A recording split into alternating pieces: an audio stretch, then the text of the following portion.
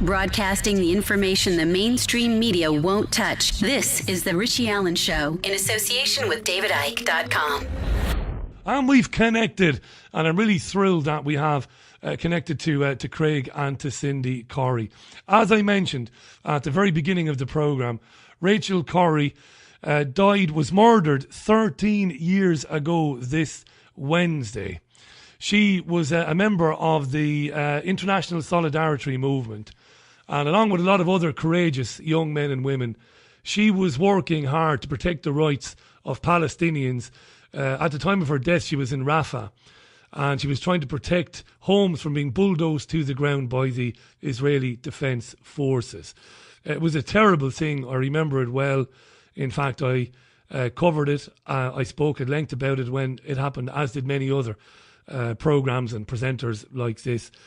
The website I wanted to direct you to, and I mentioned it already, but please get on there, rachelcorriefoundation.org, which is the Rachel Corrie Foundation, set up in her name, in her memory, and is run by Cindy and Craig Corrie, who join us on the line now from Washington State. Craig and Cindy, welcome to the programme, and I'm so thrilled we managed to get over the gremlins in the system, and here you are.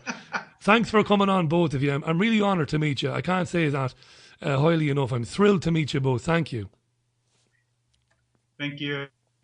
Thank you so much for having us, and thank you for your patience while we got the technology sorted out. Cindy, not at all. It's Monday. Things go wrong. I'm an Irish guy. First of all, you've got a problem straight away. So when you add, when you put the Irish thing in with the in with Mondays, you're bound to have the occasional problem. Rachel was obviously an amazing woman, and I would have been all the better for having met her, but I never did. Before we talk about a little bit more about her and what she was doing in Gaza, and why the work that she was doing there, why it's so important it continues, and about the anniversary. For those who might be hearing about her for the first time, and we always have to remember that, much as we know all about her and what she did, who was Rachel? Who was she? It's an enormous question, and it's something I think we grapple with all the time, because we, as you said, after 13 years, we encounter many people, particularly young people, who haven't heard the story, or they've only heard little bits. But Craig and I are sitting here in Olympia, Washington. It's a typical March. We've had rain and thunder and lightning and and now sunshine right now here in Olympia. And this was Rachel's home. She was born here. She grew up here. We're about an hour south of Seattle. I'm looking at glimpses of Puget Sound, a body of water that we all enjoy and appreciate, that connects to the Pacific Ocean. And it was a big part of Rachel's life, this environment. And our culture here in Olympia was a big part of her environment. She was our third child. She had an older sister, 5 years older, a brother 7 years older. She was a wonderful, creative spirit. From the time she was a little child, she would sit in the corner drawing. She was an artist, a visual artist, and as well as a poet, and the written word was very important to her. And she surprised us, even when she was very young. Sometimes things would come out that we just had to wonder where they had come from, because I knew what her environment was. I knew what books we were reading together and that kind of thing. But sometimes she would say these remarkable things. She went to school here at the Evergreen State College, to our local college, our local state school here, which is a fairly new institution, and for the U.S., a very innovative place. And she became, I think, really grounded in her commitment to activism and her commitment to the world. Actually, that started earlier, but I think it was really well developed through her journey through the Evergreen State College and her connections to this community, particularly during the period of post 9/11 and the start of the Iraq War. She was just a very loving person a very giving person, also very human. Sometimes I think that people forget or we struggle a bit with how much of an icon to some people Rachel's become, and we struggle to remind people of her very human nature. Yeah, she had all this, obviously this amazing courage and fortitude, and she's so admired, particularly by the Palestinian men and women who met her.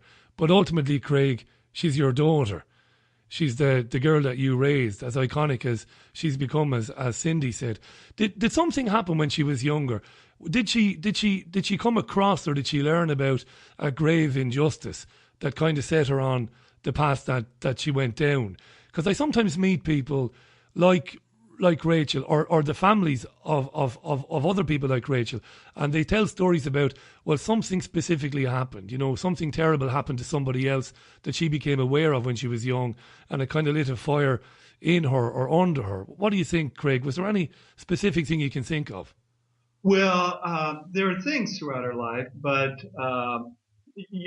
Rachel, in terms of Israel-Palestine, Rachel brought us to the issue. And I remember, I think the day after Rachel was killed, somebody asked me in an interview, did we teach Rachel her values? And I said, no, she taught us hers.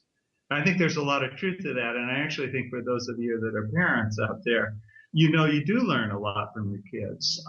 Rachel was certainly aware of her surroundings. She was a writer all of her life. And for people that are interested, of course, you can see her emails from Gaza. They're still in print. The Guardian, if you went back to March 19th of 2003, they published them in something called Rachel's War. But Granta Books, I think in the UK, has put out her full text, which would say something about her as a kid. She went to an alternative elementary school, and there we tried to bring the community into the school and tell students that they were part of the community, not just waiting around learning things to become part of the community. And also, they defined the community as the whole world. So I remember reading after she was killed, really. I don't remember it beforehand, but reading a poem she'd written when she was 12 years old and talking about Olympia and the homeless, and how we would give $1 to the homeless so that we wouldn't really have to look at them. And, I think if you looked at her life, she had that. She wrote that. She could view that as a 12-year-old. Very perceptive she was, yeah. In high school and college, she worked as a volunteer first, and then as a job with the mentally ill. And so I think that more than anybody else I know, and I don't know where she got this from, but she refused to look away from the marginalized people. And of course, well, I think it's worse today maybe even than it was in 2003 when she went to Palestine. But Palestinians are incredibly marginalized.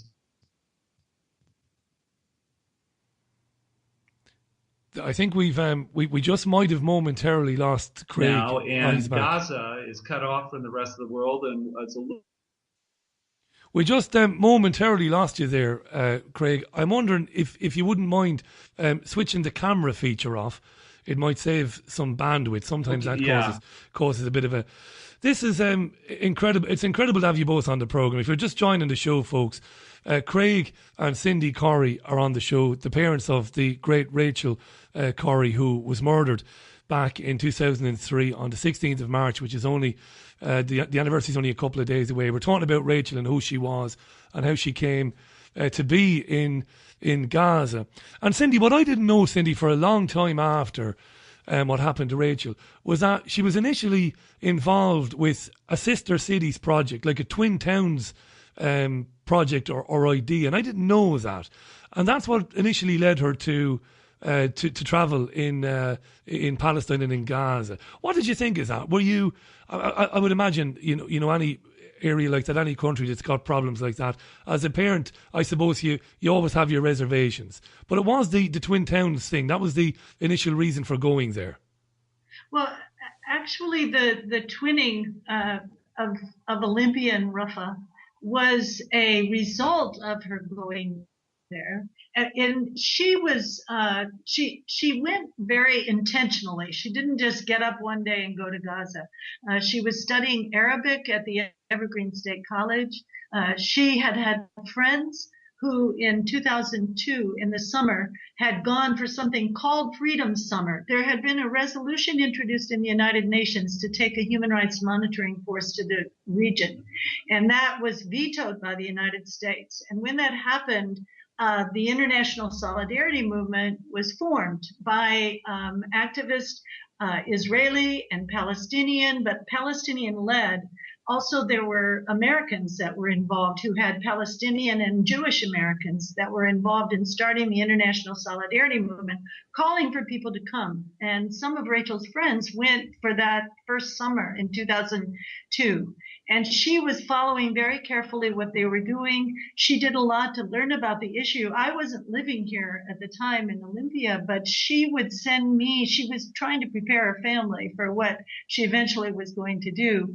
And so she was pointing me to websites. And when I came here to Olympia to see her, she checked out films from the Evergreen State College about checkpoints and about this entire issue. And as Craig said, she brought us to the issue. The sister city idea was really something that she was thinking about. She didn't want to just go to Gaza, which was her plan. She decided that the greatest need, talking to people, was in Gaza for folks. And so she went there very intentionally, but she just didn't want to go and be there for some months and then come home again and do nothing. So before she departed, she was trying to think about how could she continue connections and how could she actually went to schools before she left. She met with community groups and she talked to folks about what she could do. One was a woman who had started a sister city project with a city in Nicaragua, Santa Tomas.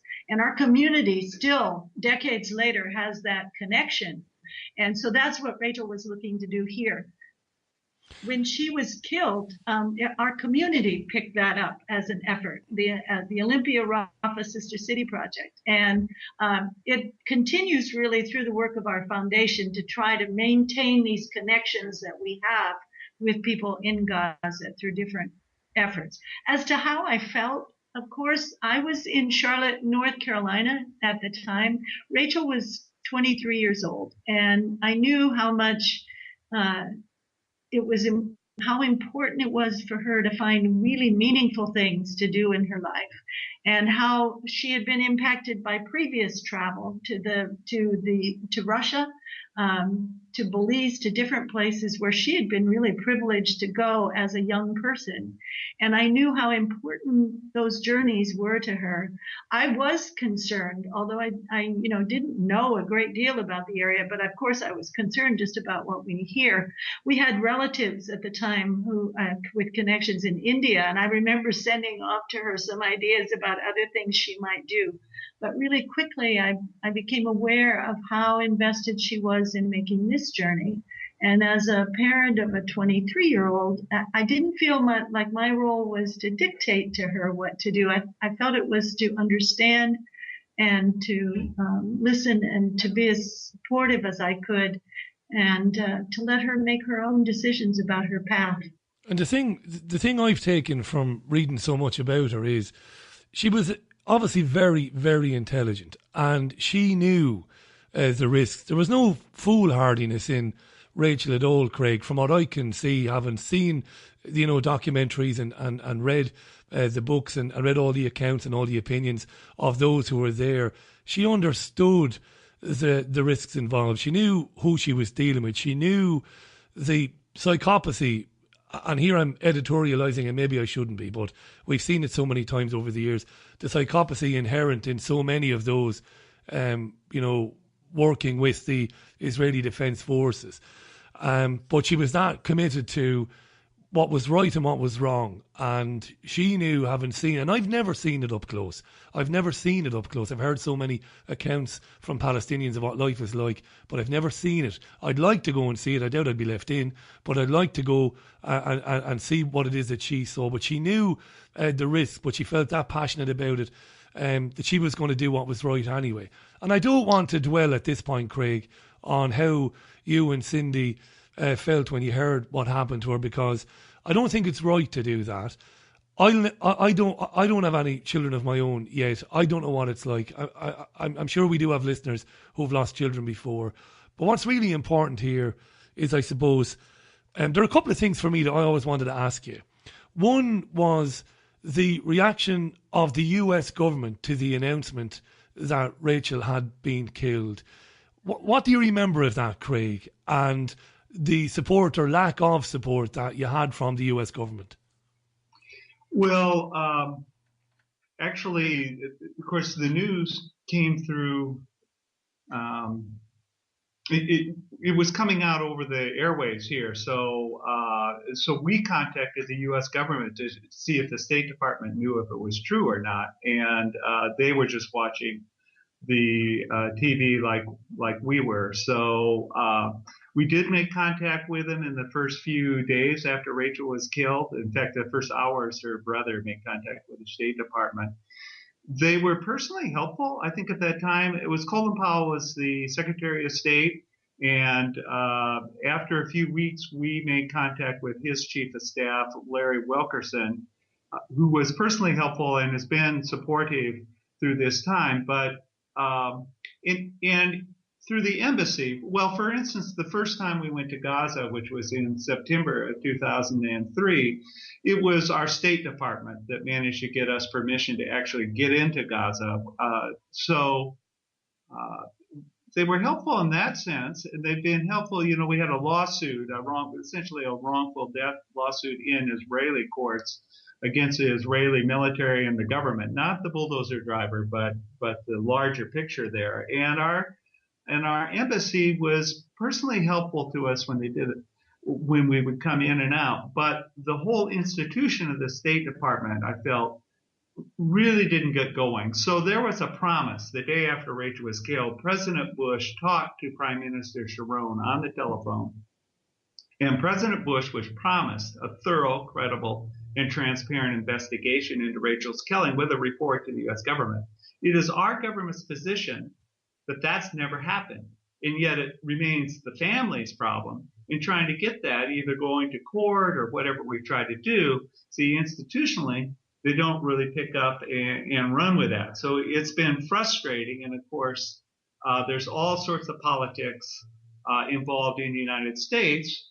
And I guess what we try to do is show that to the rest of the world and hopefully hold up that mirror to our government and make the people that understand and would like to do more get the institutions that they work with and to do more. Yeah, the military investigation itself was obviously deeply flawed and very suspicious, because it's the military investigating their own, and the IDF has a history of finding for the soldiers or the officers, depending on what the case may be.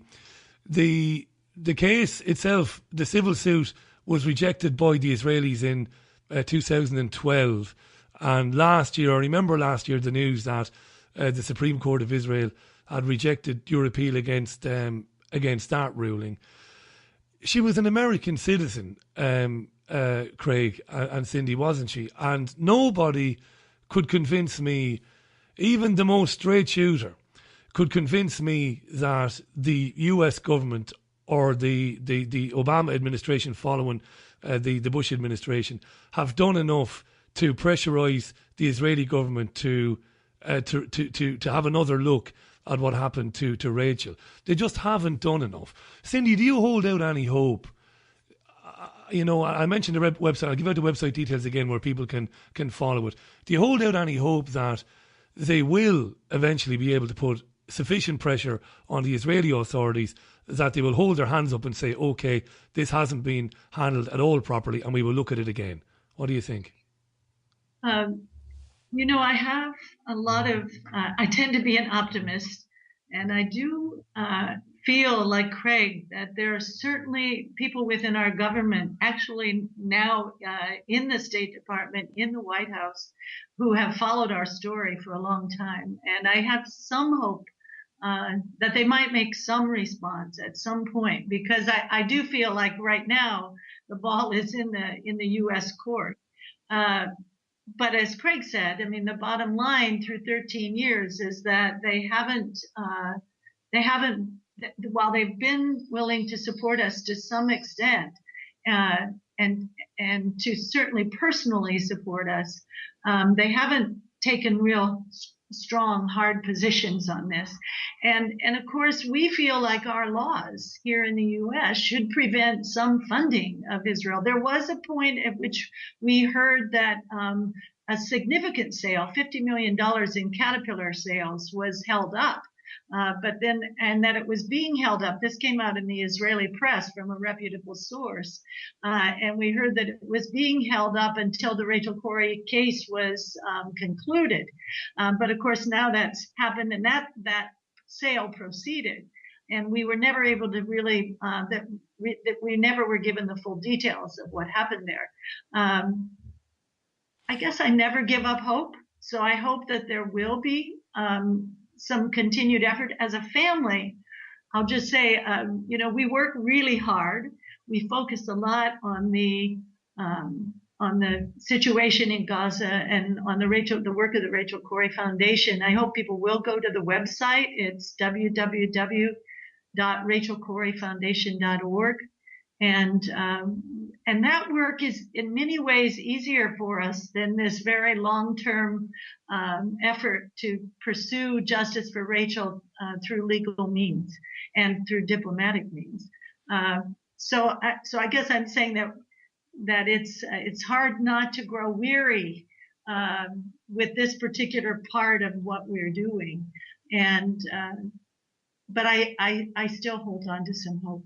I'd like to kind of jump in with that. Craig, go ahead, Yeah, that idea of justice for Rachel, because there are a couple of things. We went through this long lawsuit. So that was a civil suit. It does not take the place of an actual investigation of Rachel's killing. But I think that one of the things that we proved and showed, maybe demonstrated more than proved, is that the Israeli courts are part of the occupation. They're part of that. And we got the head of their Supreme Court, the Chief Justice there, to sign on to an opinion that said that international law does not apply to Israel.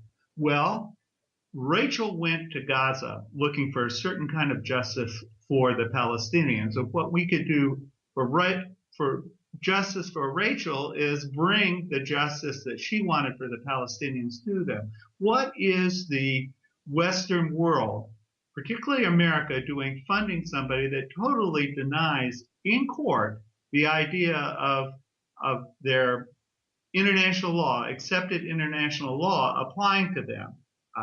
That should be enough to stop funding. And that's the sort of justice, I guess, that I would like to see for Rachel, is at least to have our countries not participate in the horrific actions that are going on in Gaza, and particularly, but the West Bank. We just need to isolate that and stop that. And that would, in my opinion, that would be saving Israel as well as Palestine.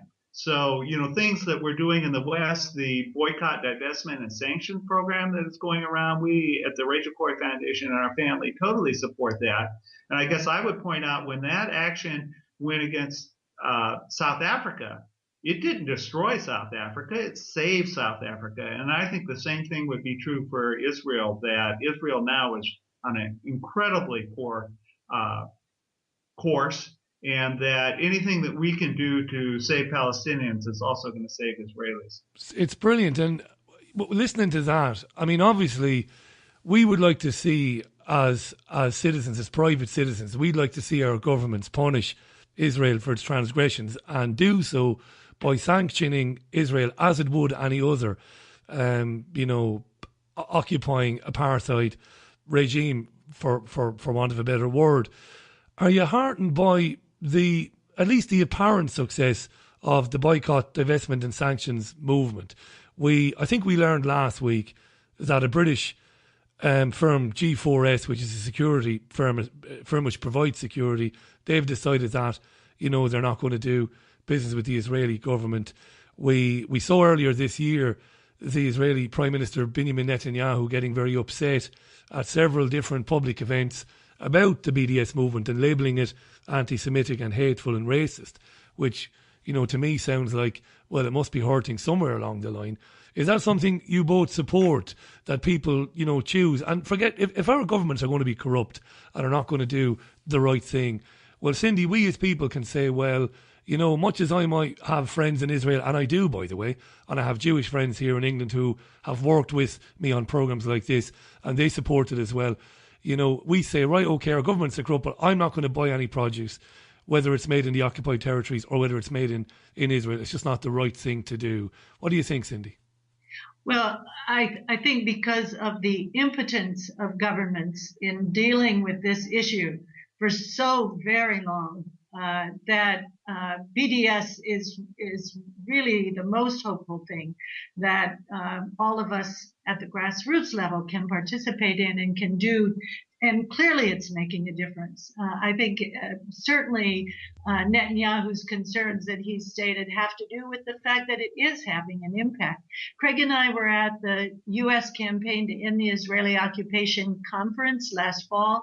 That's a coalition of hundreds of groups that work on this issue, including Jewish Voice for Peace. You mentioned the Jewish support for this. And the coalition includes supporters, all supporters of BDS. Around the large room, very large room in which we gathered were 8.5 by 11 sheets that indicated a BDS success that had occurred during the past 10 years, because BDS is now 10 years old. And that room was filled with those 8.5 by 11 sheets, including successes we've had here in Olympia, Washington. Our Olympia Food Co-op, we're still dealing with it, but they took Israeli products off their shelves in 2010. Craig and I just came back a few weeks ago from Portland, Oregon, where they have a new socially responsible investment committee. And we testified, along with about 10 other people, on why the socially responsible investment committee there should put Caterpillar Corporation on a no-buy list. And it was just so heartening to hear people coming from the Methodist Church, from the UCC Church, one man who is a lawyer, I think with National Lawyers Guild, and identified as being a religious Jewish person from a synagogue who was there supporting BDS. And it's because of these long-term human rights violations. It's because of what's happened to the Palestinians for decades, and it is a very powerful movement. It's brilliant. Craig, I'll give you as the last word on it. I just want to say sincerely that, and I mean this, it might sound a bit hollow, but I wish I'd met her. I wish I'd known her, because I love people like Rachel Corrie. I love people who get up and do the difficult thing. The easy thing is to stand here and shout from the rooftops on your radio show or in your newspaper column. The difficult thing to do is to go there and stand alongside those people and become their friends and brothers and sisters and say, right, I'm going to stand with you. I think she was absolutely amazing. I have no doubt she'll never be forgotten. I know she's beloved by everybody who knew her, all the Palestinian people who got to know her, and the other activists who worked with her.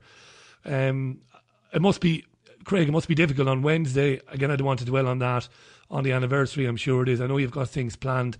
And I do want to mention again, Rachel Corrie Foundation.org. I'll give you the last word, Craig. Why is her story as important? I mean, it is to me, but for you, why is her story and who she is, why is it as important now as it was back in 2003? I asked myself that question because there's a different view. When we talk about Rachel and sort of the icon of Rachel, how she was known in Gaza, and you meet people that met her and they have the same view I do, because it doesn't come through that she was a lot of fun. Her sense of humor comes through very well, for instance, the play that the late Alan Rickman put together about Rachel and from Rachel's words. But those things are missing. I think that for some reason, Well, from the Palestinian point of view, she symbolizes one, and there were a whole lot of people that went over there. And one of her friends that was with her when she was killed is now with us here in Olympia. But I think she certainly symbolizes a different America, an America that cares. And that's a lovely thought to have people out there. And I think that I'm glad if people still think that there are and know that there are people in the United States that care about the rest of the world in a positive fashion, because we're doing a terrible job of putting that, we have people running for Congress, for president that put the entire wrong message out there to the world. And I think it's a good thing that somebody else is there. And I think that resonates with people. And I'm just gratified that the world seems to pick the right message from Rachel, which was that she stood for human rights. And she certainly had Jewish friends, and we have good, strong friends inside Israel. It isn't about Israel-Palestine. It's about the universal application of the human rights that we should all be able to enjoy, and that we should all be able to have children that grow up for a bright future and a great education, to be safe and have children of their own, and looking at that. So I'm grateful that people do. I'm not exactly certain why the world picked Rachel.